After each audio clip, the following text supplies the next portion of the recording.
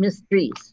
Thank you, Judge. Because he is an Illinois resident, I am recommending a fine. I'm also recommending expungement on this case. I would just ask that instead of it being after he's paid his fine, that it instead be after he's paid his fine and in a year.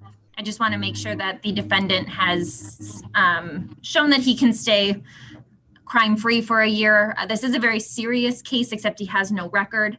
I say that it's serious because there was somebody who was shot during this incident.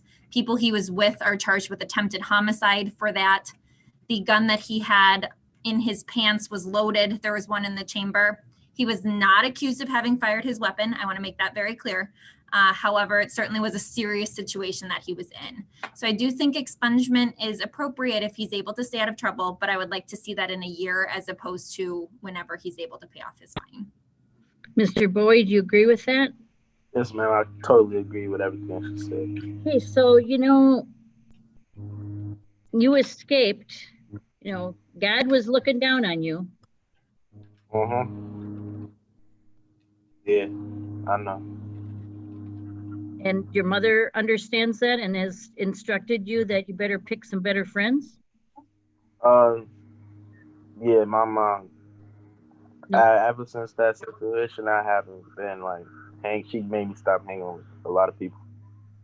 Trying to get my head on the right path. You could be facing 15 years in prison.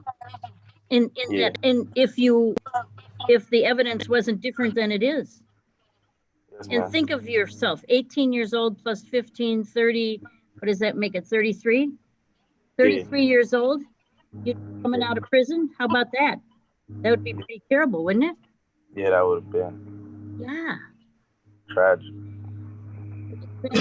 Of a human being's youth.